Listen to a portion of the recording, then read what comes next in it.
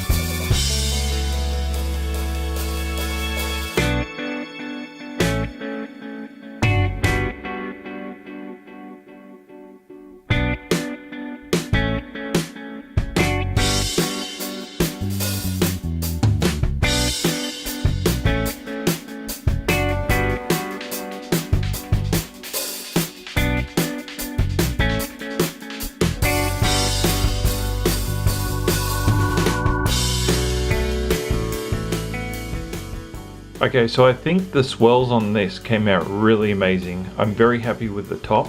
When I unmolded it, I wasn't quite happy with underneath. It looks like it only gone halfway. But once I cut it open, I could see that the swirls went right to the bottom. However, as you can see when I'm cutting it, there's a little bit that breaks off at the bottom. And this has only happened a couple of times. I think it's because I'm using vegetable oil. So in my future soaps, I won't be using that oil. Apart from that, I think this soap came out with a good design. If you like this video, please give me a thumbs up, make sure you subscribe to my channel, and thanks for watching.